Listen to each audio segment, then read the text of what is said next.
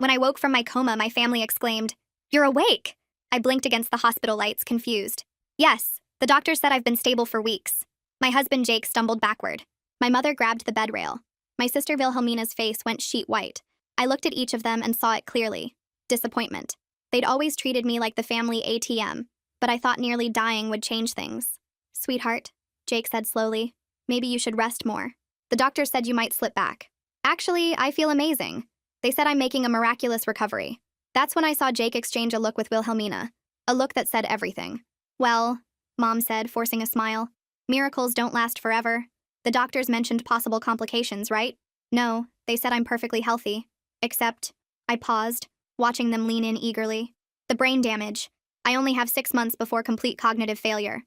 The lie slipped out so easily, and their reactions told me everything. Jake's eyes lit up. Wilhelmina actually smiled before catching herself. Mom rubbed my hand, saying, "At least you woke up to say goodbye." That night, I pretended to sleep. Through my unconscious state, I heard them in the hallway. "Her life insurance is $2 million, Jake whispered. "If she's mentally incompetent, I get power of attorney." "The house is worth another $800,000, Wilhelmina added, "plus her investment accounts." "We need documentation of her decline," Mom said. "Video evidence." I smiled behind closed eyes. During my coma, I'd been somewhat conscious. I'd heard every conversation about pulling the plug, about the inheritance, about Jake's girlfriend Melissa, who was waiting patiently. Over the next week, I played my part perfectly. I'd forget names, mix up words, called Jake Brian, his brother's name, just to watch him document it eagerly on his phone. When Wilhelmina mentioned needing money for her boyfriend's startup, I slurred, "I wish I could help, but my brain." Jake's eyes gleamed. "Actually, honey, could you sign something?" "Just medical paperwork." I pretended I couldn't read properly, but it was power of attorney documents, and a will leaving everything to him. "Whatever you need, sweetheart." What they didn't know was that signing under false pretenses made the documents void. And fraud. The real game started when Jake quit his job. "Why work when we'll be millionaires in 4 months?" he told Melissa on the phone, not knowing I'd installed recording apps on all our devices during my confused state. Wilhelmina maxed out credit cards buying a Tesla and designer bags. "Payment in full when the inheritance comes," she told creditors. Mom broke her lease and moved into a luxury apartment she couldn't afford. "My daughter's dying. I'll have money soon." During dinner, I decided to escalate. "The doctor said something odd today. My brain scans are improving. He thinks I might fully recover." Jake's wine glass shattered on the floor. "That's impossible. I mean, doctors can be wrong. Don't get your hopes up." "Yeah," Wilhelmina added quickly. "False hope is cruel." What they didn't know, I'd already transferred our assets to a trust they couldn't touch. The house was being sold to my lawyer for $1. The life insurance beneficiary had been changed to a charity. Every day they thought I was at treatment. I was securing evidence with my attorney. Jake started bringing me special smoothies. "For your health," he'd say, watching me drink. They tasted wrong. Bitter. I'd pretend to drink, then pour them out. The residue tested positive for mercury. They were literally poisoning me. One night, I heard Jake on the phone with someone. "We need another 50 grand. She'll be gone in 2 months maximum. You understand what happens if you don't pay?" The voice was clearly a loan shark. "The insurance pays out soon. Her brain is deteriorating rapidly. They'd borrowed from criminals against my life." Sunday morning, I called a family meeting. The doctors want to discuss hospice options. They practically celebrated. Jake was already texting Melissa about wedding venues. But when they arrived at the hospital conference room, it wasn't doctors waiting. It was FBI agents, my lawyer, and Jake's girlfriend Melissa, who'd been working with police after Jake tried to poison her too when she'd threatened to expose him. The conference room door swung open, and Jake's face shifted from eager anticipation to total confusion. He'd been checking his phone in the hallway, probably texting Melissa about which funeral home to use, and now he stood frozen in the doorway staring at a man in a dark suit who definitely wasn't a hospice doctor. Regina pushed past him into the room and stopped so fast her purse swung forward and hit the doorframe. Wilhelmina came in last, and her mouth actually fell open when she saw the 3 other people in suits standing near the window. I watched all 3 of them process what they were seeing, watched their faces cycle through confusion to concern to something that looked a lot like panic. The man in the dark suit stepped forward, and 2 uniformed officers moved to block the exits. Jake's hand twitched toward his pocket where his phone was, and one of the agents smoothly intercepted him, taking the phone before Jake could even react. I saw the exact second Jake understood what was happening because all the color drained from his face and his eyes went wide. Every text message he'd sent about my declining health, every call he'd made to Melissa about wedding plans, every conversation with that loan shark about needing more money before I died, all of it was sitting in that phone, and now it was in an FBI agent's hand. The man in the suit pulled out a badge and held it up for everyone to see. He introduced himself as Special Agent Victor Kramer and gestured to the other agents in the room, rattling off their names and positions so fast I barely caught them. The uniformed officers positioned themselves at both exits, and I watched Wilhelmina's eyes dart between them like she was already planning an escape route. Victor's voice was calm and professional as he explained that this wasn't a medical consultation. It was a federal investigation, and all three of them needed to stay exactly where they were. Jake's hand kept moving toward his empty pocket, like he couldn't quite believe his phone was gone. His fingers twitched and curled, and I could see him trying to remember what messages he'd sent recently. What evidence was sitting in his text history just waiting to destroy him? Alice stood up from where she'd been sitting in the corner and walked forward carrying a thick manila folder. She'd been my lawyer for 6 months now, ever since I first woke up and heard my family plotting in the hallway, and she'd spent all that time building a case so complete that no defense attorney could find a crack in it. She set the folder on the table, and it made a heavy thud that seemed to echo in the suddenly silent room. Melissa sat in the opposite corner looking terrified but determined, her hands clasped so tight in her lap that her knuckles had gone white. I made eye contact with her, and something passed between us, an understanding that we'd both trusted the same man, and he'd tried to kill us both when we became inconvenient. She'd loved him, and I'd married him, and neither of those things had stopped him from mixing mercury into smoothies and watching us drink them. Victor opened the folder and pulled out a stack of bank statements. He started reading Jake his rights in that same calm, professional voice while spreading the statements across the table. I could see the numbers from where I sat, could see the highlighted sections showing Jake's attempts to transfer money out of our joint accounts and into ones with only his name. My husband's face went through about 5 different expressions in 10 seconds. First came denial, his mouth opening like he was going to claim this was all a mistake. Then came anger, his jaw clenching and his hands balling into fists. Finally, his face settled into something calculating and cold, and I could practically see the wheels turning as he tried to figure out which lies might still work. He was still thinking he could talk his way out of this because that's what Jake did. He talked and charmed and convinced people to believe whatever story he was selling. Regina started crying before Victor even turned to her, big dramatic tears rolling down her cheeks as she clutched her purse and claimed she didn't know anything about any of this. She was just a worried mother concerned about her dying daughter. She'd never discussed money or insurance or inheritance. Victor let her finish her whole performance before he pulled out a recording device and pressed play. Regina's voice filled the room, crystal clear as she talked to an insurance adjuster about my life insurance policy. She was asking about payout timelines and whether mental incompetence would affect the claim and how quickly the money could be transferred once I died. Her fake tears dried up real fast when she heard her own voice confessing to conspiracy. She tried to grab for the recorder, but an agent stepped between her and Victor, and she stumbled backward into a chair. Wilhelmina bolted. She actually made it 3 steps toward the door before an officer caught her arm and pulled her back. She was crying too now, ugly, desperate sobs as she begged them to let her go. She hadn't done anything wrong. She was just supporting her sister during a difficult time. Victor pulled out his phone and showed her a photo of the Tesla she'd bought on credit 2 weeks ago. He explained that it was repossessed at this exact moment, along with all the designer bags and clothes she'd charged to credit cards she couldn't pay. She'd told the credit card companies that payment would come through when her sister's inheritance was settled, which was fraud on top of conspiracy. Wilhelmina collapsed into a chair and put her head in her hands, her whole body shaking. A woman in a lab coat stepped forward, and Victor introduced her as a forensic toxicologist. She opened her own folder and pulled out lab reports with official letterhead and colored graphs. She explained in careful detail that the smoothie residue I'd saved showed dangerous levels of mercury, the kind of levels that cause organ failure and neurological damage. Jake's face went pale as she talked about half-lives and accumulation rates, and how the dosage wasn't accidental contamination from food or environment. This was deliberate poisoning designed to cause symptoms that would look like my supposed brain condition was getting worse. The expert pointed to specific numbers on her charts showing that the mercury levels were high enough to kill me within months if I'd kept drinking those smoothies every day like Jake had encouraged. Melissa spoke up for the first time since we'd all entered the room. Her voice shook, but she pushed through it, describing how Jake had brought her smoothies too when she'd threatened to tell me about their affair. She'd thought he was being sweet, trying to apologize and make things right, but the smoothies made her violently sick. She'd ended up in the emergency room twice before she figured out that they only made her sick when Jake made them. The toxicologist nodded and pulled out more lab reports, these ones from samples taken from Melissa's apartment. Mercury was found in her blender and in residue from cups she'd saved, proving that Jake had a pattern of using poison to eliminate women who became problems for him. Melissa's hands were shaking as she talked, but she kept going, describing how Jake had told her I'd be gone soon, and they could be together, how he'd promised her my house and my money and a life she'd never have to work for. Victor took over again and explained that they'd been investigating for 3 weeks, ever since Melissa first contacted them, scared and sick and suspicious. Every conversation I'd had with my family had been monitored and recorded. Every financial transaction was tracked through multiple agencies. They'd watched Jake meet with a man named Solomon Pike twice at a diner downtown, watched money change hands, watched Jake borrow more and more against my life insurance policy that he thought would pay out any day. Agent teams had followed all 3 of them, documenting their spending and their plans, and their complete certainty that I'd be dead within weeks. The name Solomon Pike made Jake gasp out loud. His calculating expression finally cracked into something that looked like real fear, because loan sharks really don't appreciate FBI attention to their business operations. Victor explained that they'd arrested Pike 3 days ago on separate charges related to illegal lending and racketeering. Pike had been very cooperative about Jake's debt, about the threats he'd made when Jake couldn't pay, about Jake's promises that insurance money was coming soon. Pike had recordings too, conversations where Jake discussed my deteriorating health and his timeline for my death.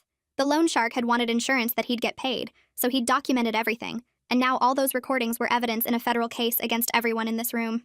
Alice stepped forward with a folder thick enough to be a phone book and dropped it on the table between us and my family. The sound made Regina jump. Alice opened the folder and pulled out the first document, a power of attorney form with my signature at the bottom, except the signature looked shaky and wrong because I'd signed it while pretending to be confused. She held it up so everyone could see it and explained that signing legal documents under false pretenses makes them completely void. She said the word fraud very clearly and slowly, like she wanted to make sure everyone understood what they'd done. Jake's face went even paler than before. Alice kept talking and said she'd been working with Victor and his team for 3 weeks now, ever since I first contacted her about what I'd overheard during my coma. She'd helped me transfer assets, change beneficiaries, and document every single conversation my family had about my money. She pulled out more papers showing bank transfers, insurance changes, and property transfers, all of them legal, and all of them done before Jake got me to sign anything. Regina's mouth opened and closed, but no sound came out. Regina finally found her voice and stood up so fast her chair scraped against the floor. She pointed at me and said I manipulated them by lying about having brain damage. Her voice got louder as she talked, and she said I tricked them into thinking I was dying just so I could make them look bad. Victor didn't move from where he stood by the door, but his voice cut through Regina's yelling. He said my medical records showed I was never impaired at all, that every doctor who examined me confirmed I was cognitively normal. He pulled out a timeline showing that Jake, Regina, and Wilhelmina had discussed my life insurance and inheritance during my coma, weeks before I ever mentioned brain damage to anyone. The timeline had dates and times and quotes from their conversations that I'd heard while I was barely conscious. Regina sat back down hard. Victor explained that their conspiracy existed before my supposed cognitive decline, which meant they couldn't claim they were just responding to my condition. They'd wanted me dead or incompetent from the moment I woke up and disappointed them by being alive. A woman in a business suit stood up from the back of the room where I hadn't even noticed her sitting. Victor introduced her as an insurance investigator who'd been tracking Jake's activities for the past month. She walked to the front and opened her own folder and started talking about fraud alerts. She explained that when Jake tried to take out $2 million in life insurance on me, it triggered automatic alerts across multiple insurance companies. A healthy woman in her 30s with a husband who suddenly quit his job and started asking about policy payouts raised red flags everywhere. The investigator pulled out forms Jake had filled out and pointed to the parts where he'd lied about my health, about his employment status, and about his financial situation. She said insurance companies share information about suspicious claims, and Jake's name was now flagged in every database in the country. Even if I had died, even if his plan had worked, he wouldn't have gotten a penny because the policies were void from the moment he lied on the applications. Jake's calculating expression finally cracked, and he looked genuinely scared for the first time since we walked into this room. Wilhelmina made a sound like a wounded animal, and her whole body started shaking. She put her hands over her face, and her words came out muffled and broken. She said Jake convinced her that I was dying anyway, so they might as well benefit from it. She said Regina told her it was practical planning, not murder, just making sure the money went to family instead of strangers. She kept saying she didn't know, she didn't understand. She thought they were just being realistic. Victor walked over to where she sat and pulled out his phone. He played a recording of Wilhelmina's voice, clear and excited, talking about buying a Tesla and a vacation home in Florida with her inheritance share. The recording was from 2 weeks into my fake decline, and Wilhelmina was laughing about how she'd always wanted a luxury car. Victor played another recording where Wilhelmina suggested they should document my confusion more carefully so the insurance company couldn't challenge the claims. Her voice on the recording sounded nothing like the sobbing woman in front of us. Victor said she was an enthusiastic participant from the start, not a victim of Jake's manipulation. Jake spoke for the first time since the toxicology report, and his voice came out rough. He said he wanted a lawyer. Victor actually smiled a little bit and nodded like Jake had finally done something smart. Victor said that was absolutely his right, and he should definitely get the best lawyer he could afford, which wouldn't be very good since Jake was broke and in debt to a loan shark. Victor started listing charges, and his voice stayed calm and professional while he destroyed my family's lives. Conspiracy to commit murder, attempted murder, wire fraud, mail fraud, identity theft, forgery, filing false insurance claims. Each charge came with a potential sentence, and Victor added them up as he went. Jake was looking at decades in prison. Regina and Wilhelmina were looking at serious time too, even if they cooperated. Victor explained that all three of them were being arrested right now, and officers were already outside waiting to take them into custody. He said they'd each get separate lawyers and separate holding cells to prevent them from coordinating their stories. Two uniformed officers came through the door, and Regina looked at me directly for the first time since we'd entered this room. Her eyes weren't sad or sorry or scared. They were furious. She stared at me with pure rage like I'd done something wrong by not dying on schedule. Her mouth twisted into something ugly, and I could see her thinking about all the ways she wanted to hurt me for outsmarting her. In that moment, I understood something I'd been trying not to see my whole life. My mother genuinely believed she deserved my money more than I deserved my life. She thought her wants were more important than my existence. She wasn't a desperate person who made one terrible choice. She was someone who'd looked at her daughter and calculated my worth in dollars and found me more valuable dead than alive. The officer touched her arm to guide her up, and she jerked away from him, but she stood. She kept staring at me, and I stared back and didn't look away until they turned her toward the door. They took them out one at a time so they couldn't talk to each other or plan their defense together. Jake went first, and he'd gone completely silent again, back to that calculating look like he was already working through legal strategies and plea deals. He didn't look at me or Melissa or anyone else. He just walked between the officers with his head up like he was going to a business meeting instead of jail. Regina went next, and she started talking the second they got her to the door. Her voice carried back into the room as she threatened to sue me for entrapment and false imprisonment and whatever other legal terms she'd picked up from TV shows. She said her lawyer would destroy me in court and prove I'd manipulated everyone. The officer guided her out, but her voice kept echoing down the hallway. Wilhelmina went last, and she was crying, so hard she could barely walk. She kept saying her life was ruined over and over between sobs. An officer had to practically hold her up as they moved toward the door. She looked back at me once, and her face was covered in tears and makeup, and she looked nothing like my sister anymore. The door closed behind them, and the room suddenly felt huge and empty. It was just me, Alice, Melissa, and Victor now. My hands started shaking, and I couldn't make them stop. The adrenaline that had kept me calm and focused during the confrontation drained out all at once, and my whole body felt weak. Alice noticed right away and put her hand on my arm and guided me into one of the chairs. My legs gave out as I sat, and I realized I'd been standing rigid for over an hour. Victor got bottles of water from somewhere and handed one to me and one to Melissa. The cold plastic felt real and solid in my shaking hands. I tried to open it, but my fingers wouldn't work right, and Alice took it from me and opened it and handed it back. I drank, and the water was cold going down, and it helped me remember how to breathe normally. Victor sat down across from me, and his voice was gentler now than when he'd been reading charges. He explained what would happen next in the investigation and prosecution. The district attorney was pursuing maximum charges because the premeditation was so clear, and the poisoning attempts made it especially serious. With Pike's cooperation, they could prove Jake's financial motive extended beyond just wanting my money to owing dangerous people money he'd borrowed against my life. Victor said the DA wanted this case to send a message that you can't plot to murder your spouse for insurance money and expect a light sentence. He talked about arraignments and bail hearings and grand juries, and it all started to blur together. Alice took notes on her phone and told me not to worry about remembering everything right now. Victor said they'd need me to testify eventually unless Jake and the others took plea deals, which he thought they probably would once they saw how much evidence existed. Melissa spoke up, and her voice was so quiet I almost didn't hear her. She said she was sorry. I looked at her, and she was crying but trying not to, wiping at her eyes with the back of her hand. She said she genuinely didn't know about the murder plot until Jake tried to poison her too. She thought he was just cheating, which was bad enough, but she didn't know he was trying to kill me until she ended up in the emergency room and started putting pieces together. She said she knew I probably hated her and she understood why, but she wanted me to know she was sorry for being part of the affair, even if she hadn't known about the rest. I looked at this woman who'd slept with my husband, and who'd almost died the same way I almost died, and I realized we were both victims of the same man. We'd both trusted someone who saw us as problems to eliminate. I told her I believed her and I didn't hate her. We were both women who trusted the wrong man and nearly died for it. Alice pulled out a thick folder and spread documents across the table in front of me. She pointed to each paper as she explained what we'd done to protect everything. The house sale to her for $1 was completely legal and already recorded with the county. She showed me the deed transfer and the notary stamps and all the official signatures that made it real. The trust we'd set up was iron tight and nobody could touch it. Not creditors or court judgments or anything else. My investment accounts had been moved into protected instruments before any of the fraud happened, so there was no way Jake or Regina or Wilhelmina could claim they had rights to any of it. She walked me through each document, and I realized how much work she'd done while I was pretending to be confused and dying. Every asset I owned was locked away where my family couldn't reach it no matter what happened in court. Victor leaned forward when I asked about Pike and the loan shark's claims on my insurance money. He said criminal debts aren't legally collectible in any court, and Pike was already facing charges for illegal lending and probably racketeering too. Any agreement Jake made with him was void because it was based on planned murder, which meant Pike couldn't enforce the debt even if he wanted to. The FBI had been watching Pike for months before my case came up, and Jake's borrowing actually gave them the evidence they needed to arrest him. Victor said Pike was cooperating now because he didn't want to face federal prison time, and his testimony would help prove Jake's financial motive for trying to kill me. I felt relief wash through me knowing that particular threat was gone. A detective from local police walked in about an hour later.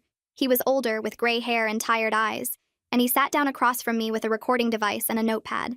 He said he needed my formal statement for the case file, starting from when I woke up from the coma all the way through to today. I started talking, and it took almost 2 hours to get through everything. I described waking up and seeing the disappointment on their faces, hearing them plot in the hallway, pretending to forget things and sign fake documents, listening to Jake on the phone with Pike, pouring out the poisoned smoothies.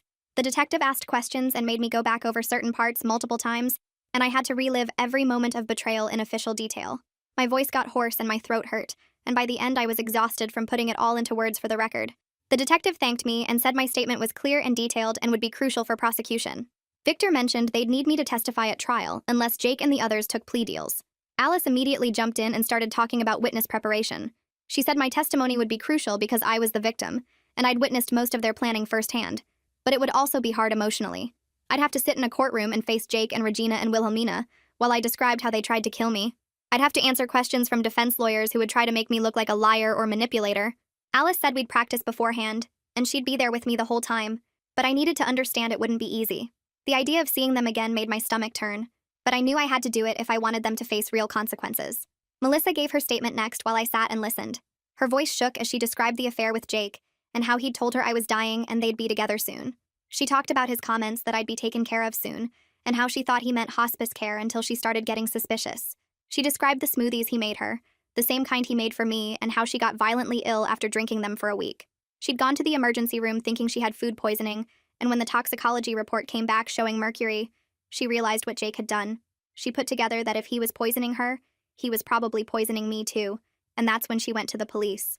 Her testimony lined up perfectly with mine and proved Jake had a pattern of poisoning women who became problems for him. The detective nodded while she talked and made notes about consciousness of guilt and repeated criminal behavior. By evening, they said I could leave. Victor and the detective had everything they needed for now, and Alice had handled all the legal paperwork. But when I stood up to go, I realized I didn't have anywhere to go. The house was in legal limbo because of the sale to Alice, and even if I could go back there, I couldn't stand the thought of sleeping in the bed I'd shared with Jake. Every room would remind me of him watching me drink poisoned smoothies and documenting my fake mental decline on his phone. I stood there in the conference room feeling lost, and Alice must have seen it on my face because she immediately offered her guest room. She said I could stay as long as I needed while we figured out permanent housing. Melissa asked if we could stay in touch. Not as friends exactly, but as people who understood what we'd survived. I gave her my new phone number and she put it in her contacts, and there was something sad but also comforting about having this connection with someone who'd been through the same nightmare. Alice drove me to her house and showed me the guest room. It was small and plain with blue walls and a bed with white sheets, and nothing that reminded me of my old life. I sat on the edge of the bed after she left and just stared at the wall. The strategic mask I'd worn for weeks suddenly cracked and I started crying. Not quiet tears, but huge sobs that shook my whole body. I cried for the family I thought I had, the mother who was supposed to protect me, the sister who was supposed to love me, the husband I'd trusted with my life.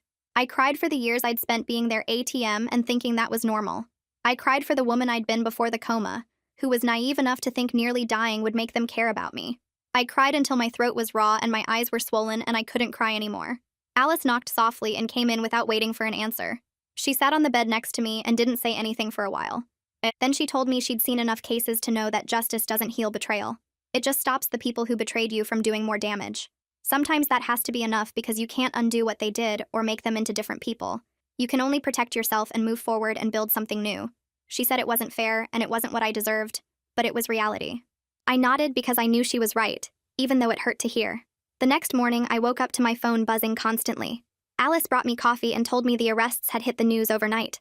I looked at my phone and saw dozens of messages from people I hadn't talked to in years. Old coworkers and distant relatives and high school friends all suddenly concerned about my well-being and wanting to know if I was okay. The local news had picked up the story as a bizarre attempted murder case, and apparently it was getting shared all over social media. People were calling it the coma conspiracy and the insurance murder plot and making it sound like a movie instead of my actual life. I scrolled through the messages and most of them felt fake, like people just wanted to be part of the drama.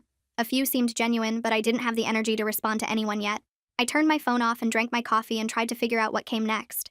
I scrolled through the messages for another hour before I found one that made me stop. Sarah Kim had been my roommate in college and my closest friend before I met Jake. She wrote that she'd seen the news and wanted to know if I was okay, and if there was anything she could do to help. Her message felt different from all the others, because she didn't ask for details about the arrests, or try to insert herself into the drama. She just offered to listen if I needed someone to talk to. I typed back that I was staying with my lawyer temporarily, and gave her the address. She responded within minutes saying she was driving up from the city, and would be there by dinner. When she arrived 6 hours later carrying takeout containers and a duffel bag, I opened the door and started crying before she even said hello. She set everything down and hugged me while I sobbed into her shoulder. And for the first time since the arrests, I felt like I had someone in my corner who actually cared about me as a person, instead of as a victim or a news story. We stayed up until 3 in the morning talking about everything that happened, and Sarah told me she'd always thought Jake was controlling, but hadn't known how to say anything without me getting defensive. Having her there made Alice's guest room feel less like a temporary hiding place and more like a safe space where I could start figuring out my next steps. 3 days later, Alice called me into her home office because the prosecutor wanted to meet. We drove to the district attorney's office downtown and sat in a conference room with a woman named Angela Brooks, who handled major fraud and attempted murder cases. She spread out folders containing evidence against Jake, Regina, and Wilhelmina, while explaining that her office was considering plea deals for my mother and sister if they agreed to testify against Jake. The deals would require them to plead guilty to conspiracy charges and accept significant prison time, along with full restitution for the money they'd spent expecting my death. Angela said Regina would likely get 10 to 12 years, and Wilhelmina would get 6 to 8 years if they cooperated. But without their testimony, the trial against Jake became more complicated and expensive. She wanted to know how I felt about offering these deals before she made any formal proposals to their lawyers. I looked at the recordings transcripts showing my mother calculating insurance payouts and my sister buying luxury items on credit, and I told Angela I wanted them to face real consequences. These weren't desperate people who made one terrible choice in a moment of weakness. They spent weeks planning my death, celebrating my fake decline, and spending money they expected to inherit after I died. Regina had been my mother for 32 years, and she'd chosen $2 million over my life without a second thought. Wilhelmina had been my sister, and she'd bought a Tesla before I was even supposedly dead. That level of calculated greed deserved serious punishment, not a slap on the wrist in exchange for testimony against Jake. Angela nodded and made notes about my position, then said she'd keep me informed about any developments in the plea negotiations. The next morning, Alice got a call from Wilhelmina's lawyer trying to set up a negotiation meeting. Wilhelmina wanted to claim she'd been manipulated by Jake and Regina into believing I was actually dying, and that she'd only participated because she thought she was helping plan for my inevitable death, rather than causing it. Her lawyer apparently believed this narrative would get her a lighter sentence or possibly probation if she agreed to testify against the others. Alice pulled up the recordings on her laptop, and we listened to Wilhelmina discussing her inheritance calculations 3 days after I woke from the coma. She'd known I was healthy and recovering, but she'd still participated in documenting my fake mental decline and spending money based on my anticipated death. The recordings proved she was actively calculating what she'd inherit and how she'd spend it, not reluctantly going along with someone else's plan. Alice told Wilhelmina's lawyer that any deal would need to include significant prison time because the evidence showed enthusiastic participation, not manipulation. The lawyer said he'd talk to his client and get back to us, but Alice didn't think Wilhelmina would accept a deal that involved actual consequences. Regina's response to plea deal offers was even more frustrating. Angela called to say that Regina had refused any deal and insisted on going to trial because her lawyer believed they could paint me as a vindictive daughter who'd entrapped her poor family. Apparently, Regina's defense strategy was to claim she'd been a concerned mother worried about her daughter's health, and that I'd manipulated everyone by lying about brain damage to make them look bad. Her lawyer thought a jury would sympathize with a mother who was just trying to prepare for her daughter's death, and that the recordings could be explained as practical planning rather than murder conspiracy. Angela said this defense was ridiculous given the evidence, but it meant Regina's case would go to trial in about 4 months. I asked if this meant Jake and Wilhelmina would also go to trial, and Angela explained that Jake's lawyer was actually being smarter about the situation. Jake's attorney understood that the poisoning evidence was damning and that a jury would likely convict on attempted murder charges that carried life in prison. He was pushing hard for a plea deal that would give Jake a definite sentence instead of risking life without parole. Angela said her office was willing to consider it because trials were expensive and uncertain, but they wouldn't go below 20 years given the mercury poisoning attempts and the loan shark involvement. Jake had tried to kill both me and Melissa using poison, and that level of premeditation deserved serious time even with a plea deal. 2 weeks after the arrests, Alice sat me down and said I needed to start therapy. She'd noticed I was having trouble sleeping and that I'd started checking all my food and drinks obsessively before consuming anything. I told her I was fine and just being careful, but she said she'd seen enough trauma cases to know I was showing signs of PTSD from the poisoning attempts. She gave me contact information for a therapist named Dr. Lisa Park, who specialized in trauma from intimate partner violence. I didn't want to go because talking about feelings seemed pointless when I had legal proceedings to deal with, but Alice insisted and even made the first appointment for me. Dr. Park's office was in a quiet building with comfortable furniture and plants everywhere, and when I sat down for our first session, she asked me to describe what happened in my own words. I started with waking from the coma and seeing my family's disappointment, then moved through the fake brain damage and the poisoning attempts. When I got to the part about pretending to drink the smoothies while Jake watched me, I started shaking and couldn't continue. Dr. Park handed me tissues and said it was normal to have physical reactions when recounting trauma, especially when the person who hurt you was someone you'd trusted completely. Over the next few sessions, she helped me understand that the betrayal was actually worse than the physical danger, because Jake had violated the fundamental trust that marriage is supposed to be built on.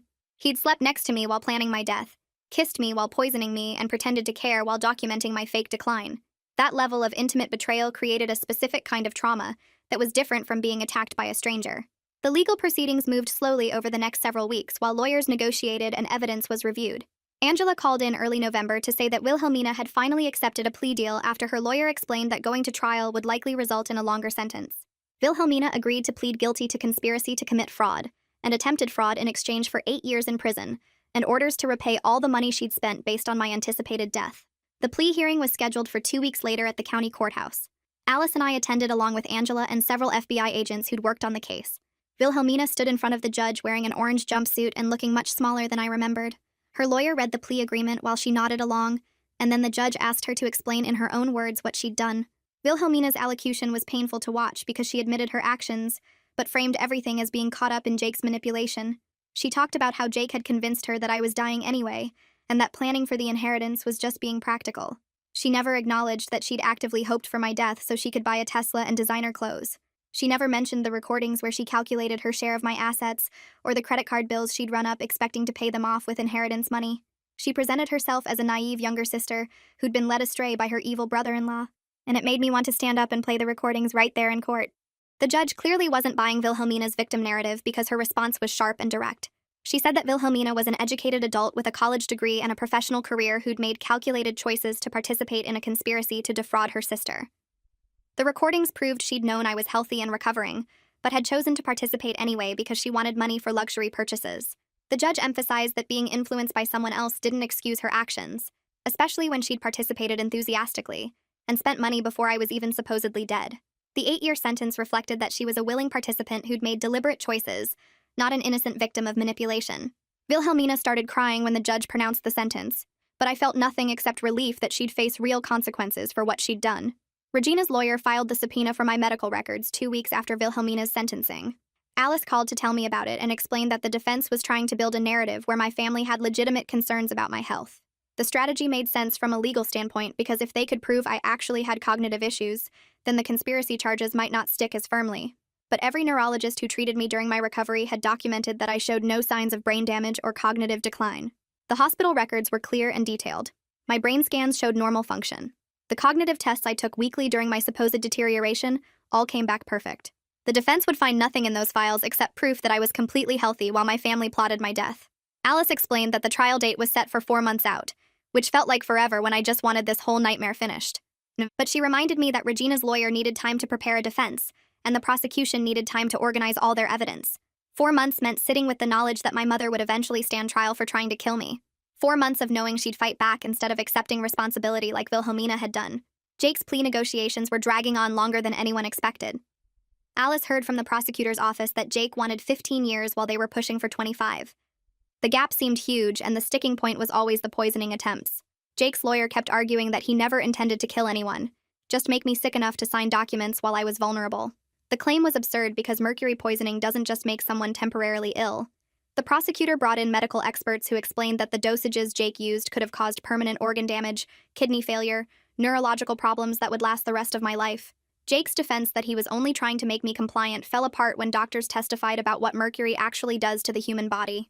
Angela called in late January to tell me that Melissa would be testifying at a preliminary hearing about her own poisoning. The hearing was scheduled for the following week at the county courthouse. I asked if I should attend, and Angela said it wasn't necessary, but I was welcome to come if I wanted to support Melissa. I decided to go because Melissa had helped save my life by cooperating with the FBI, and watching her testify felt like the least I could do. The preliminary hearing took place in a smaller courtroom than I expected. Melissa sat in the witness box wearing a navy dress, and looking much healthier than the last time I'd seen her. The prosecutor asked her to describe her relationship with Jake, and she explained that they'd been dating for 8 months before my supposed brain damage diagnosis. She talked about how Jake told her I was dying and they'd be together soon, how he made plans for their future using money that would come from my death. Then the prosecutor asked about the smoothies. Melissa's voice shook when she described trusting Jake completely. He'd made her special protein smoothies for weeks, telling her they'd help her stay healthy and energetic. She drank them every morning because she believed he cared about her well-being. Then one day she started feeling sick at work. Her hands trembled. Her vision got blurry. She felt dizzy and confused. Her coworkers called an ambulance when she collapsed in the office bathroom. The emergency room doctors ran tests but couldn't figure out what was wrong at first. Her symptoms didn't match any common illness or condition. It wasn't until they ran a full toxicology panel that mercury showed up in her blood work at dangerous levels. The defense attorney tried to suggest that Melissa could have been exposed to mercury from other sources: environmental contamination, old thermometers, fish consumption. But Melissa calmly explained that the doctors asked about all those possibilities and ruled them out. The levels in her system were too high and too concentrated to come from normal environmental exposure. And when the FBI tested the blender Jake used to make smoothies, they found mercury residue in the container. The same container he used to make my smoothies. The same pattern of poisoning 2 different women who threatened his plans for easy money. Judge Hartwell presided over Jake's plea negotiations, and I could tell from her questions that the poisoning evidence disturbed her deeply. She asked the medical experts to explain mercury poisoning in detail. They described how mercury attacks the nervous system, damages kidneys, causes tremors, and cognitive problems that can become permanent. Judge Hartwell looked at Jake sitting at the defense table and asked his lawyer directly how anyone could claim these weren't murder attempts when the substance used causes such severe harm. Jake's lawyer stammered something about his client's ignorance of the medical effects, but the judge cut him off. She pointed out that Jake researched mercury poisoning extensively based on his internet search history. He knew exactly what he was doing.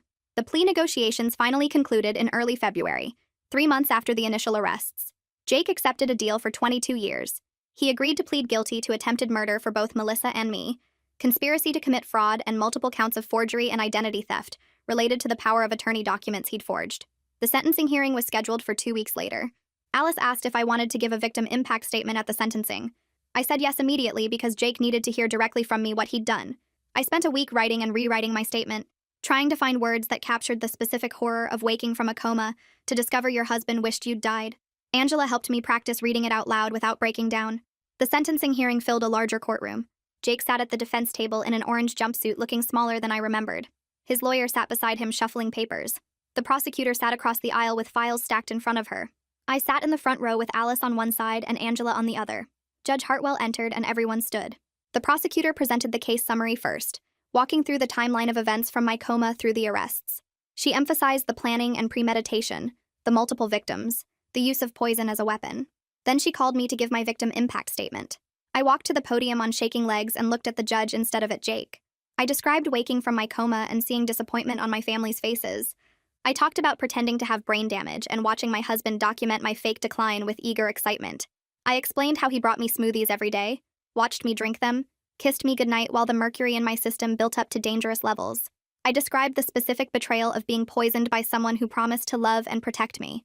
Someone who slept beside me and planned my funeral and texted his girlfriend about wedding venues while I was supposedly dying. My voice broke when I talked about the fear that came after the FBI arrests. The knowledge that Jake had been actively trying to kill me created a different kind of trauma than discovering he wanted me dead. He'd taken action. He'd put poison in my food. He'd watched me drink it. The man I trusted most in the world had tried to murder me slowly while pretending to care for me. When I finished, Judge Hartwell thanked me and asked if Jake wanted to make a statement. His lawyer nodded, and Jake stood up. What came out of his mouth was the most infuriating non-apology I'd ever heard. Jake talked about making mistakes under financial pressure. He said he never intended to hurt anyone and that things just spiraled out of control. He claimed he loved me and never wanted me to suffer. He said the poisoning was just meant to make me sick enough to sign documents, not to kill me. He talked about being sorry for the pain he caused, but never actually said he was sorry for trying to murder me. Every word was carefully crafted to minimize what he'd done while technically admitting guilt. His lawyer had clearly coached him on what to say to appear remorseful, without actually taking responsibility. Judge Hartwell's face hardened as Jake spoke. When he finished, she looked at him for a long moment before responding. She said Jake's statement proved he still didn't understand the gravity of his crimes. She emphasized that he hadn't just stolen money or committed fraud. He'd tried to murder his wife and his girlfriend when they became inconvenient to his plans for easy wealth. She noted that he showed no genuine remorse, only regret at being caught. She pointed out that his claim about not intending to kill anyone was contradicted by every piece of evidence in the case. Judge Hartwell sentenced him to the full 22 years. She recommended he serve the time at a maximum security facility, given the calculated nature of his crimes. She ordered him to pay restitution for medical expenses and legal costs, though we all knew he had no money to pay anything. As officers led Jake out of the courtroom, he looked at me once. There was no apology in his eyes, just anger that I'd outsmarted him. 4 months after the initial arrests, Regina's trial began. Her defense strategy became clear during opening statements. Her lawyer painted her as a concerned mother worried about her daughter's declining health. He claimed that any discussions about inheritance were just practical planning for my care after I became incompetent. He suggested that Regina's spending was unrelated to my situation, and that she'd always lived beyond her means. The narrative tried to separate her financial decisions from the conspiracy charges. The prosecution destroyed this strategy within the first hour of testimony. They played recordings of Regina discussing my life insurance payouts with Wilhelmina before I ever mentioned brain damage. The audio was crystal clear. Regina's voice calculating how much money she'd inherit, her excitement about the house being worth $800,000, her plans to buy a luxury condo and a new car. The recordings proved she'd been planning to benefit from my death before I gave her any reason to think I was actually dying. The prosecutor played more recordings showing Regina calculating inheritance amounts weeks before I mentioned any brain damage. Her voice came through the courtroom speakers discussing how she'd spend the insurance money, what kind of condo she'd buy, whether she should get a new car or save that money for travel. The timestamps proved everything. She'd been planning her financial future based on my death before I ever gave her a reason to think I was dying. Her lawyer tried to argue that mothers naturally worry about their children's futures and make practical plans. The prosecutor shot that down fast. He pointed out that normal mothers don't calculate inheritance payouts while their daughters are in comas. Normal mothers don't discuss pulling the plug to speed up insurance claims. Normal mothers don't spend money they don't have based on their children dying soon. When it was my turn to testify, I walked to the witness stand knowing Regina would stare at me the whole time. The prosecutor asked me to describe our relationship history. I started with my earliest memories of being the family bank account. Regina would call asking for money to cover her rent, her car payment, her credit card bills. She always had some crisis that only I could solve with my checkbook. When I got my first real job after college, she told me I owed her for raising me. When I got married, she expected me to pay for the entire wedding because I could afford it. When I bought my house, she moved into a more expensive apartment and told me I should cover the difference since I was doing so well. Every birthday, every holiday, every random Tuesday, she needed money for something. And I gave it to her because she was my mother, and I thought that's what family did. The prosecutor asked about emotional support. I explained that Regina never asked how I was doing unless she needed something first. When I got promoted at work, she wanted to know how much my raise was, so she could calculate what I could afford to give her. When I had a health scare before the coma, she spent the hospital visit talking about her own problems. When I tried to set boundaries about money, she'd cry about being abandoned by her ungrateful daughter. The pattern was clear and it had been going on for years. I was the ATM, not the daughter. Then the prosecutor asked about waking from the coma. I described opening my eyes and seeing disappointment on Regina's face. Not relief that I survived, not joy that I was awake, just this flash of disappointment before she caught herself and forced a smile. I told the jury about hearing her in the hallway that first night, discussing my life insurance with Wilhelmina like they were planning a shopping trip.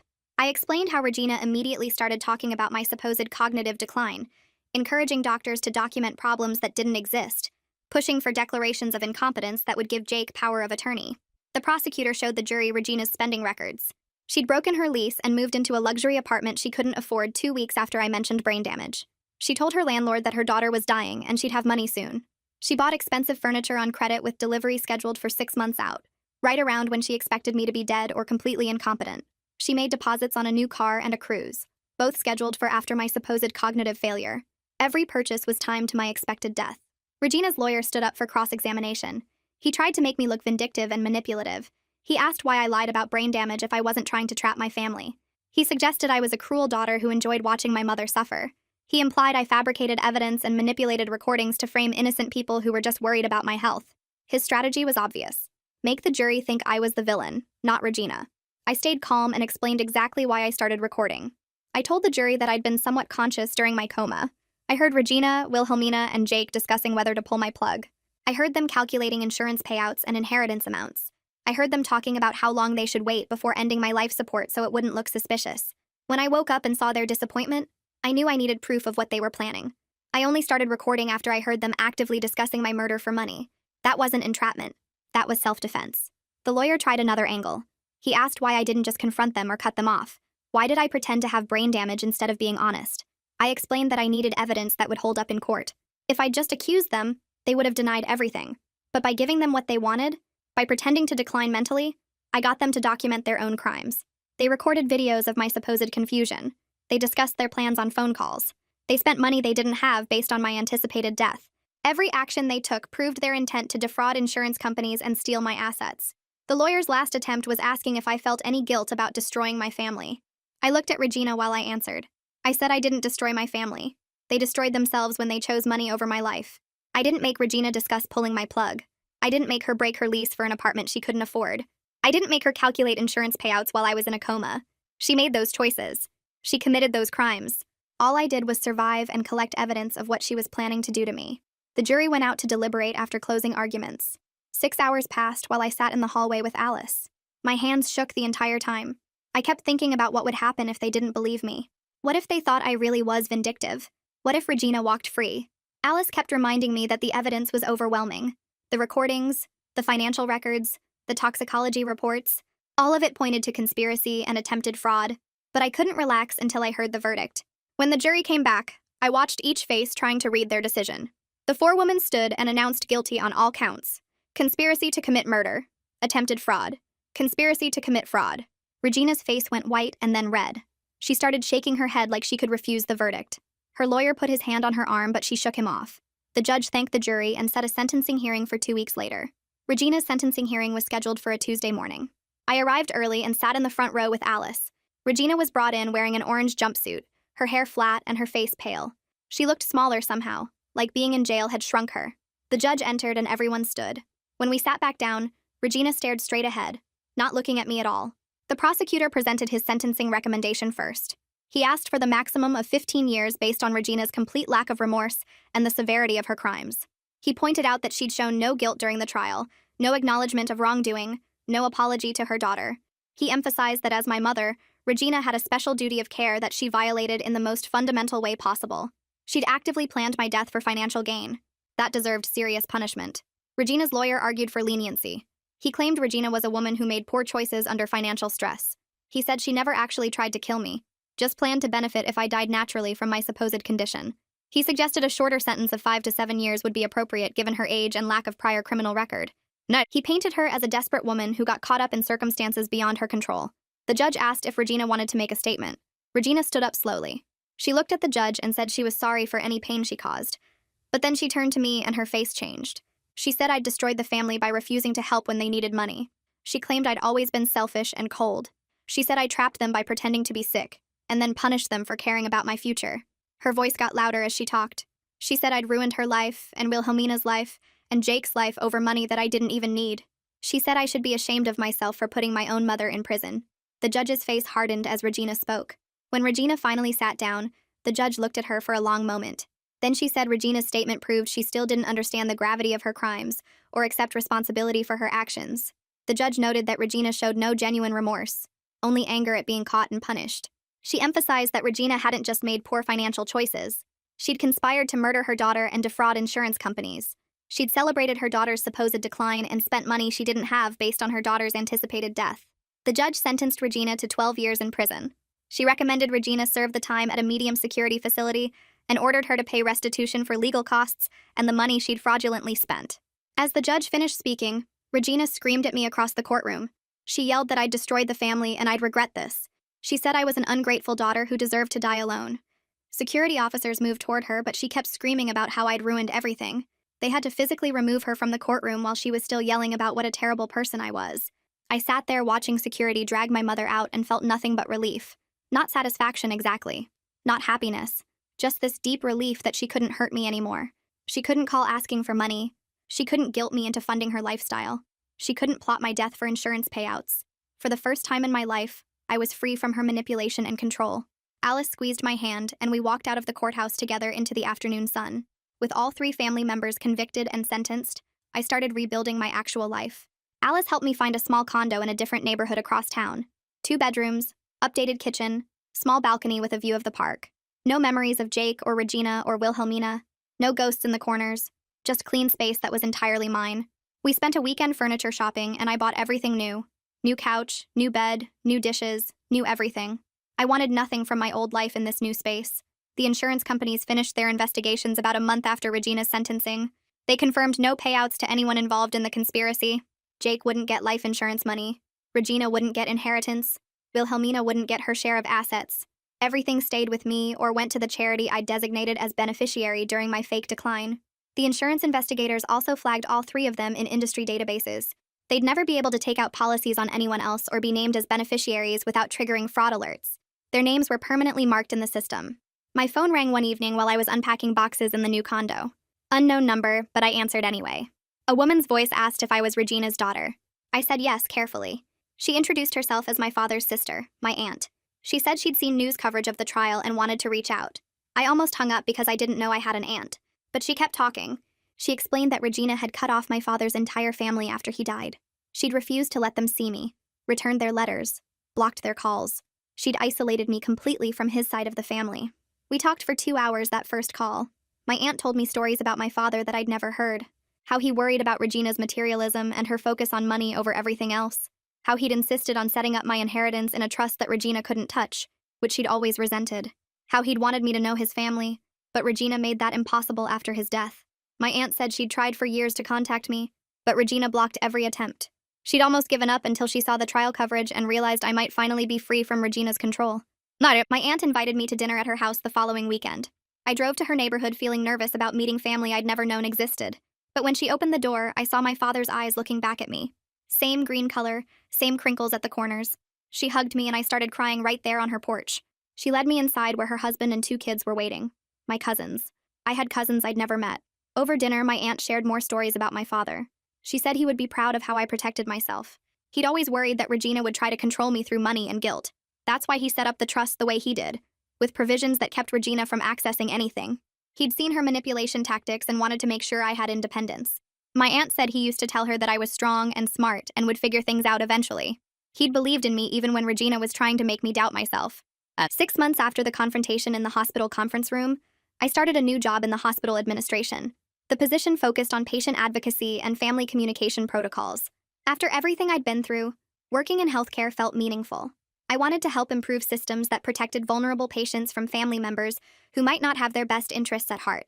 I wanted to make sure other people in comas had advocates watching out for them. My experience gave me perspective that most administrators didn't have. I met Melissa for coffee about 3 weeks after the sentencing hearings wrapped up. She texted asking if I wanted to talk, and I figured we might as well since we'd both survived the same person trying to kill us. The coffee shop she picked was neutral territory, not anywhere Jake would have taken either of us.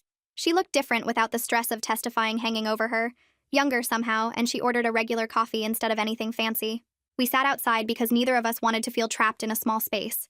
She thanked me for not hating her, which felt strange because I didn't have energy left for hating anyone except the people who actually tried to murder me. She explained that she genuinely believed Jake when he said his marriage was over, that I was sick, and he was just waiting for the right time to leave. I told her I understood because predators are good at making you believe their lies. We talked about the smoothies, how similar his approach had been with both of us, and there was something almost clinical about comparing notes on our own attempted murders. She said her therapist told her she had a pattern of trusting the wrong men, and I said my therapist told me I had a pattern of ignoring red flags when people showed me who they really were. We didn't become friends exactly, but we exchanged numbers and agreed to check in occasionally. There's value in knowing someone who understands the specific betrayal of trusting someone who is actively planning your death while pretending to love you. She paid for both coffees even though I offered, and when we hugged goodbye, it felt like closing a chapter neither of us wanted to be part of, but couldn't pretend hadn't happened. My college best friend called me about 2 months after the trials ended. She'd gotten a job offer in my city and wanted to know if I thought she should take it. I told her yes before she even finished explaining the position, because I needed someone in my life who knew me before Jake, before the coma, before everything turned into a crime drama. She moved 3 weeks later and I helped her unpack boxes in her new apartment. Having her nearby felt like finding solid ground after months of feeling like I was floating through my own life. We started having dinner every Thursday. Nothing fancy. Just cooking at her place or mine and talking about normal things like work stress and bad dates and whether we were too old to still watch reality TV. She never treated me like I was fragile or broken. Never asked careful questions about the trial or my family. She just showed up and made me laugh about stupid things and reminded me that I used to be funny too, before everything happened. One night she made pasta and we drank too much wine and I cried about missing my dad, not Regina or Jake or Wilhelmina, but my actual dad who died when I was 12 and never got to see me become someone who could protect herself. She held my hand and said he'd be proud of me for surviving people who were supposed to love me but didn't. She helped me learn to trust people again without assuming everyone wanted something from me. When I got paranoid about her motives for moving here, she showed me her job offer and apartment lease and bank statements without me even asking, and then she told me gently that not everyone was keeping score of what I was worth. She introduced me to her work friends and included me in group dinners, and slowly I started feeling like a person who had a social life instead of someone whose entire family tried to murder her. She never made me feel like a charity case or a trauma victim, just like her friend who she'd missed and was glad to have nearby again. Therapy became part of my weekly routine like grocery shopping or doing laundry. My therapist specialized in trauma from family betrayal, which I didn't even know was a specialty until Alice recommended her. The first few sessions, I just cried and couldn't form complete sentences about what happened. She didn't rush me or try to make me process faster than I could handle. She helped me understand that I was grieving multiple losses at once, not just the family I had, but the family I'd always hoped they might become. I'd spent years thinking maybe Regina would eventually see me as more than an ATM. Maybe Wilhelmina would stop treating our relationship like a transaction. Maybe Jake actually loved me under all the financial manipulation. My therapist said it was normal to mourn the fantasy family I'd wanted while accepting the reality of who they actually were. She explained that grief doesn't follow a neat timeline, that some days I'd be angry and some days I'd just feel empty, and some days I'd wonder if I'd done something to make them hate me enough to want me dead. She helped me work through the guilt I felt about setting them up, even though they'd set themselves up by actually trying to kill me. I kept thinking maybe I should have just divorced Jake quietly and walked away from Regina and Wilhelmina without exposing everything. My therapist asked if I thought they would have stopped trying to get my money if I'd just disappeared, and I realized they would have found another way to bleed me dry or worse. She taught me that protecting myself wasn't the same as hurting them, that they'd hurt themselves by choosing greed over basic human decency. We talked about my father a lot, about how he'd set up financial protections because he knew Regina couldn't be trusted. My therapist helped me see that he'd given me tools to survive even after he was gone, that using those tools didn't make me manipulative or cruel. She said the difference between me and my family was that I'd only acted to protect my life while they'd acted to end it. Some sessions were harder than others, especially when we discussed trust and relationships, and whether I'd ever be able to let someone close again without waiting for them to show their true motives. I met someone at work about 4 months after everything settled. He worked in the hospital finance, and we kept running into each other in the cafeteria during lunch breaks. He started sitting at my table, and we'd talk about normal things like weekend plans and whether the hospital coffee was getting worse, or if we were just getting more tired. I didn't tell him about my history at first, because I wanted to see if he'd like me without knowing I was the woman from the news whose family tried to murder her. We went to coffee a few times, then dinner, and I kept waiting for him to ask me for money, or start calculating my worth. He never did. He paid for his own meals and never asked about my salary or my assets or whether I owned property. When I finally told him about Jake and the trial and everything that happened, he listened without interrupting, and then asked if I was okay, not what happened to the money, or whether I was rich now. He said he understood if I needed to take things slowly, because that kind of betrayal doesn't heal fast. His patience felt like proof that not everyone was secretly calculating my worth in dollars. We went on actual dates where he planned activities based on things I mentioned liking, not expensive restaurants to impress me, but hiking trails I'd said looked interesting, or art exhibits I'd wanted to see. He never pushed for more than I was ready to give, never got frustrated when I needed space or time to process my feelings. He introduced me to his friends and family without making a big deal about my past, just presented me as someone he was dating and liked spending time with. His mom hugged me the first time we met, and didn't ask a single question about the trial or my family. I kept testing him in small ways, mentioning expensive things I couldn't afford to see if he'd offer to pay, talking about financial stress to see if he'd ask about my accounts. He never took the bait. He just treated me like a person he cared about, not a resource to exploit or a problem to solve. 6 months in, I finally started believing he might actually just like me for me, that not everyone was keeping a running tally of what they could get from me. The financial aftermath took about 6 months to fully settle into something stable. Alice had set up the trust perfectly, protecting everything from creditors and legal judgments, and my family's attempts to claim they deserved compensation. The house sold to her for $1 as planned. Then she sold it at market value and put the proceeds into the trust where nobody could touch it.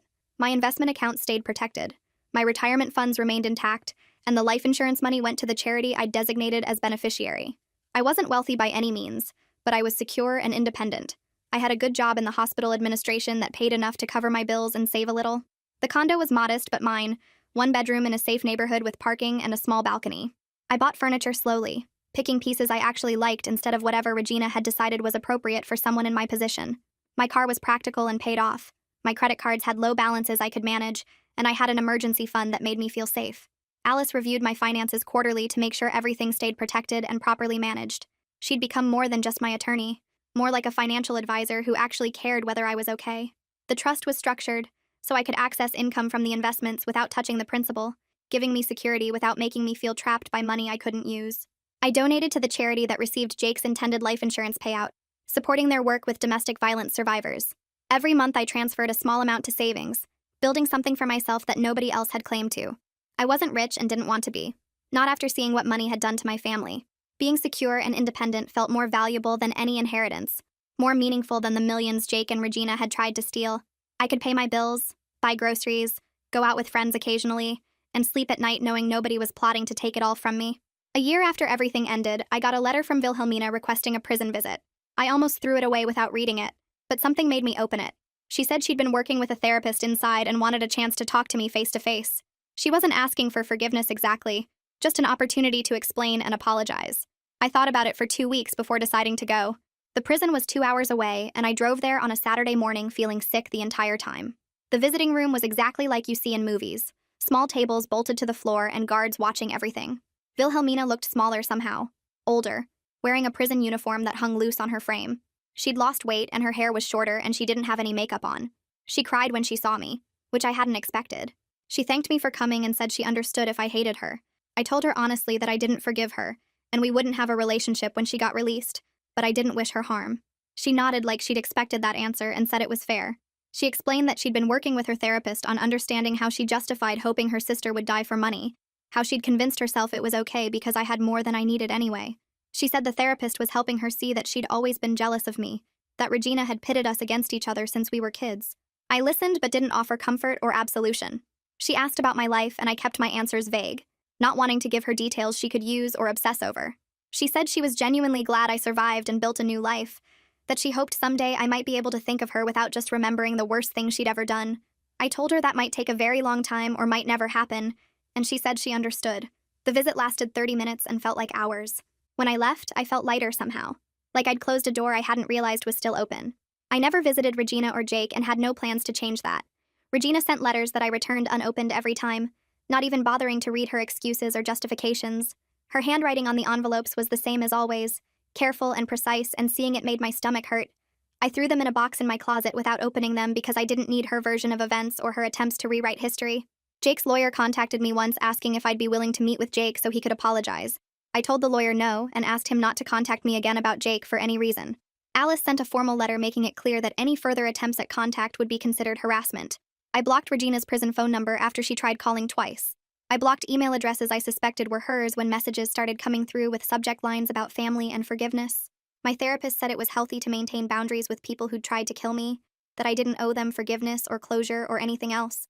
Some relationships can't be repaired, and that's okay. I didn't feel guilty about cutting them off completely because they'd already cut me off in the most final way possible, when they decided I was worth more dead than alive. My aunt from my father's side asked once if I wanted to write to Regina since she was still my mother, and I explained that Regina stopped being my mother the moment she discussed pulling my plug to speed up inheritance payments. My aunt understood and never brought it up again. I focused on building relationships with people who actually cared about me, instead of wasting energy on people who'd proven they didn't. Jake and Regina could spend their prison time however they wanted, but they'd spend it without me participating in their rehabilitation, or their guilt, or their need for my forgiveness to feel better about themselves. My relationship with the guy from work developed slowly into something genuine and healthy. We dated for a year, taking our time, building trust through consistency and honesty. He never pressured me to move faster than I was comfortable with, never got frustrated when I needed reassurance or space. He met my aunt and my college best friend and they both approved, which mattered to me more than I'd expected. He knew my entire history and respected that I needed time to believe he wasn't secretly calculating my worth. He proposed after a year of dating, nothing fancy, just dinner at home and a ring he'd saved for months to buy. I said yes because I'd learned the difference between someone who loves you and someone who sees you as a resource to exploit. He cried when I said yes, actual tears, and told me he'd been nervous I'd say no because I'd been hurt so badly before. I cried too because I genuinely believed I'd never trust anyone enough to marry again. We talked about prenups openly and honestly, and I insisted on one not because I didn't trust him, but because I needed the security of knowing my assets were protected. He agreed immediately, and said he understood completely, that protecting myself wasn't the same as not trusting him. Alice drew up the prenup, and he read it carefully and signed it without complaints or negotiations. His parents were excited about the engagement and never once asked about my financial situation or what I was bringing to the marriage. His mom hugged me and said she was glad her son found someone who made him happy. Planning the wedding became something I actually looked forward to instead of dreaded. Planning a wedding felt completely different this time. It was small and intimate with people who actually cared about me. not the large production Regina had orchestrated for my first wedding to show off to her friends while I paid for everything. We invited 30 people total, just close friends and family who'd supported us. My aunt walked me down the aisle, and my college best friend was my maid of honor. We got married in a small garden venue, nothing fancy, just flowers and string lights and folding chairs. I wore a simple dress I picked out myself, not the expensive designer gown Regina had insisted on for my wedding to Jake. We wrote our own vows, and I cried through mine because I was actually marrying someone who saw me as a person instead of a bank account. His vows promised to support my independence and respect my boundaries, and never make me feel like I owed him anything. We served barbecue instead of a formal dinner and played music we actually liked instead of what was traditional. Melissa sent a card wishing me happiness, and I appreciated that she understood she wasn't part of my new life, but genuinely wanted good things for me. My therapist came to the wedding and hugged me and said she was proud of how far I'd come. Alice gave a toast about watching me survive the worst betrayal possible and build something beautiful from the wreckage. My aunt talked about my father and how he'd be so proud of the woman I'd become. We danced under the lights, and I felt genuinely happy for the first time in years, surrounded by people who loved me for who I was, instead of what I had. The wedding day arrived on a perfect spring morning with clear skies and gentle warmth that felt like a good sign. My aunt arrived early to help me get ready, and she cried when she saw me in my simple white dress, telling me I looked just like my father's side of the family. My college best friend did my makeup and kept making jokes to calm my nerves, and I realized how lucky I was to have people who genuinely cared about my happiness instead of my bank account. We drove to the small garden venue together, and I felt none of the dread I'd experienced before my first wedding when Regina had controlled every detail and complained about costs I was paying. My aunt walked me down the short aisle between rows of folding chairs filled with 30 people who actually wanted to be there, and my fiancé's face when he saw me was everything I needed to know about making the right choice. My college best friend stood beside me as maid of honor, holding my bouquet and dabbing her eyes with a tissue, and I caught her grinning at me during the vows.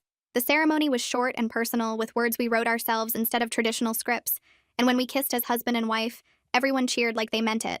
At the reception, I found a card on the gift table from Melissa wishing me happiness, and saying she was glad I found someone who deserved me, and I appreciated that she understood our connection was about surviving Jake together, not building a friendship, but she still wanted good things for me.